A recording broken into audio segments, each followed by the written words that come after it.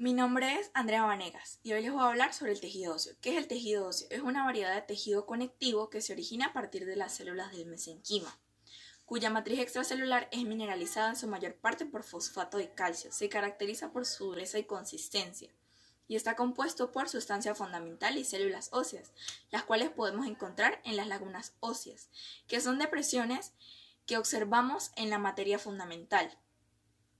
Su sustancia cementadora es la encargada de la unión de las fibrillas, que forman las laminillas óseas.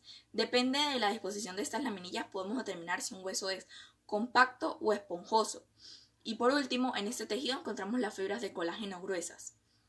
El tejido óseo junto con la médula ósea y otros tejidos conectivos forman los huesos, que están compuestos por fibra, sustancia fundamental y células, que son los encargados de formar el sistema esquelético con 206 huesos. Funciones del tejido óseo. Una de las principales es que provee soporte a los tejidos blandos y los músculos. Forma cavidades que se encargan de proteger los órganos internos, como por ejemplo el cráneo que protege el cerebro. En estas cavidades encontramos la médula ósea roja y la amarilla. La roja es la encargada de producir células sanguíneas a través de la hematopoiesis y la amarilla es la encargada de producir adipocitos para la reserva de energía química. En este tejido también encontramos variedad de minerales como el calcio y el fósforo que nos permiten hacer la contracción muscular.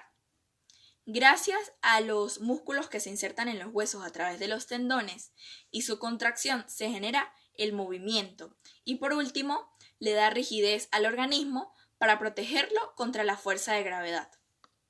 Sobre la matriz ósea. Esta es rica en proteínas llamadas colágenos con un 90%. Contiene colágeno tipo 1 con un 95% y colágeno tipo 5 con un 5%. También se dice que en menor porción se encuentra el colágeno tipo 3. Posee enzimas hidroprotexinas y enzimas hidroxilicinas. El 10% restante son ricas en glicoproteínas y proteoglucanos. También poseen minerales que en los huesos almacenan calcio y fosfato. Las células del tejido óseo. La primera es la osteoprogenitora, que estas se derivan de células mesenquimales y tienen división celular y de las células hijas se transforman los osteoblastos. Estas se encuentran en el endostio y en el conducto intraóseo de los vasos sanguíneos. Luego están los osteoblastos. Estos son células que secretan matriz extracelular en los huesos. Luego de esto se da origen a los osteocitos. Estas tienen un núcleo excéntrico y un citoplasma basófilo. Estas se asocian con la médula ósea. Los osteocitos son los más pequeños y numerosos, son los más importantes, son células maduras, no posee división celular y tienen largas prolongaciones citoplasmáticas que se unen a prolongaciones de otros osteocitos mediante los nexos, que estos son uniones comunicativas. Estas tienen una vida entre 10 y 20 años y se mueren debido a la senescencia, que es la vejez, a la necrosis o a la degeneración. Y por último tenemos a los osteoclastos, que estos son los más grandes, se derivan de la fusión de por lo menos 50 miocitos, que estos son unos tipos de leucocitos, son ricos en lisosomas, se encuentran en las trabéculas o laminillas óseas, permite la regulación del calcio y se originan en las células hematopoyéticas. Ahora vamos con la estructura. Primeramente el periósteo. Esta es una superficie que rodea la parte del hueso que no cubre el cartílago. Están formadas por el tejido conjuntivo denso e irregular y tienen vasos sanguíneos, vasos linfáticos, endostio, que es una capa delgada que recubre tanto el hueso compacto como los huesos esponjosos. Están formadas por el tejido conjuntivo óseo y por células osteoprogenitoras. Y estas permiten la regeneración del tejido óseo. Luego está la cavidad medular. Esta es el espacio cúbico que se encuentra en el medio o en la diáfisis del hueso. Y está junto en los adultos con la médula ósea amarilla. La médula ósea es el tejido esponjoso y suave que se encuentra también mayormente en el medio de los huesos. Estas producen glóbulos rojos, glóbulos blancos y plaquetas. Un ejemplo donde se encuentran es en el esternón o en el cráneo. Y se permite la diferenciación de las células sanguíneas. Luego tenemos la epífisis, la diáfisis y la metáfisis. La epífisis es el extremo del hueso. Existe epífisis distal y epífisis proximal. La diáfisis es el cuerpo o la parte media del hueso. Y la metáfisis es la unión de estos dos. Las trabéculas o laminillas se encuentran en el tejido, se encuentran en los huesos largos, esponjosos. Estas permiten la resistencia y hacen que estos sean más livianos. Mi nombre es Natalia Becerra y yo les voy a hablar sobre la clasificación de los huesos, según su forma. Huesos largos cuando tiene una longitud mayor a sus otras dos dimensiones, cuenta con una diáfisis y dos epífisis. Los huesos cortos que tienen sus tres dimensiones casi iguales. Los huesos planos que son anchos y delgados, cuenta con dos capas de tejido óseo compacto grueso y una capa de tejido óseo esponjoso.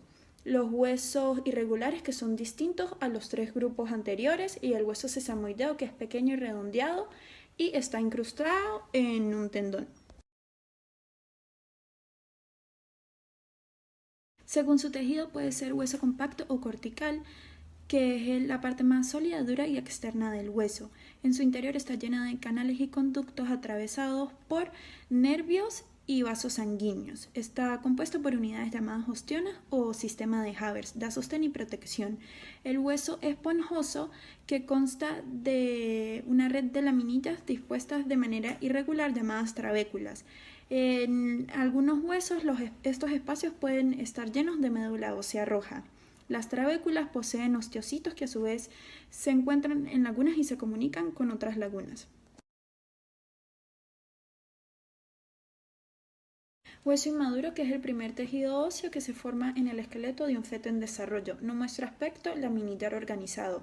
Y el hueso maduro, que está compuesto por unidades llamadas ostiones o sistema de Havers. También es conocido como el hueso laminillar. Las ostiones o sistema de Havers son la unidad funcional y anatómica del tejido óseo.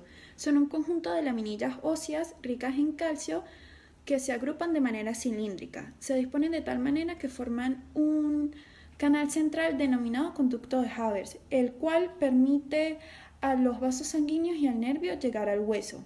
Los conductos de Volkmann son túneles en el hueso laminillar a través de los cuales pasan los vasos sanguíneos y nervios desde las superficies endósticas y periósticas hasta alcanzar los conductos de Havers. Túneles en el hueso laminillar a través de los cuales pasan los vasos sanguíneos y nervios desde las superficies endósticas y periósticas hasta alcanzar los conductos de Havers. La osificación intramembranosa. El hueso se forma por la diferenciación de las células mesenquimáticas en osteoblastos. Empieza en la 8ª semana de gestación aproximadamente, cuando las células mesenquimáticas alargadas y pálidas migran del mesenquima laxo a un lugar en específico y se forma la membrana. Ahí las células mesenquimáticas empiezan a agrandarse y a redondearse y dan origen a los osteoblastos. Los osteoblastos a su vez se separarán más adelante y harán que la matriz ósea sea más densa, y la matriz ósea más adelante se calcificará y dará origen a los osteocitos, y esto formará el hueso de membrana.